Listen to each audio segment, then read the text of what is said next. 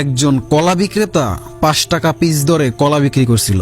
প্রচুর বিক্রি হচ্ছিল, মানুষ নিচ্ছে আর ছিলে ছিলে খাচ্ছে। এটা দেখে বিক্রেতা ভাবলো, যদি কলাগুলো ছিলে রাখি তাহলে ক্রেতাদের ছিলতে কষ্ট হবে না এবং ছিলে দেওয়ার কারণে দামও বেশি পাবো। তখন সে কিছু কলা ছিলে তার দাম ধার্য করলো 6 টাকা পিস। এখন ক্রেতারা এসে তার কাছে দাম জিজ্ঞাসা করলে সে বলছে এগুলো 5 টাকা আর শিলাগুলো 6 টাকা। দেখা গেল ক্রেতারা তখন 5 টাকা দরের কলাই নিয়ে যাচ্ছে।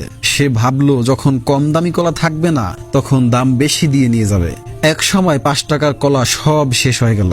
এখন আর কোনো ক্রেতাই তার কাছে আসছে না। তবে প্রচুর মাছি এসে বিনামূল্যে কলা খাচ্ছে আর ভো ভো করে উড়ে বেড়াচ্ছে।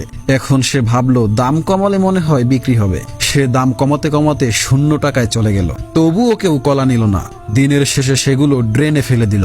যেই লোক আবার ড্রেন পরিষ্কার করে সে ওই সময় বাজারে টাকা তুলতে এসেছিল। শিলা কলাগুলো তার নজরে পড়ে গেল। সে বলল, ভাই এত আবর্জনা করলে আমি পরিষ্কার করতে পারবো না। অনেক কথার পর সে কিছু টাকা দিয়ে বলল, কিছু মনে করো না ভাই, দয়া করে পরিষ্কার করে দিও। শোনো মেয়েরা, আমি মূলত কোনো কলা বিক্রেতার গল্প শোনাতে আসিনি। বর্তমান যুগের মেয়েদের অবস্থার কথা বলছি।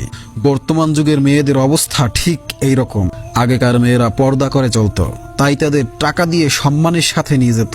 এখন এরা কলার মতো খোলা থেকে দাম বাড়ানোর প্রচেষ্টায় আছে। দাম তো বাড়ছেই না, বরং কিছু মাছি জাতীয় জন্তু তাদের উপরে বসে চুষে খেয়ে উড়ে পালাচ্ছে। আর এরা নিজেদের দাম বাড়তে গিয়ে এতটা কমে যাচ্ছে যে এদেরকে লক্ষাধিক টাকা দিয়ে পার করাতে হচ্ছে। নারীর মর্যাদা পর্দায় কমে না, বেপর্দায় কমে। আল্লাহ পাক আমাদের বুঝার তৌফিক দান করুন, আমিন।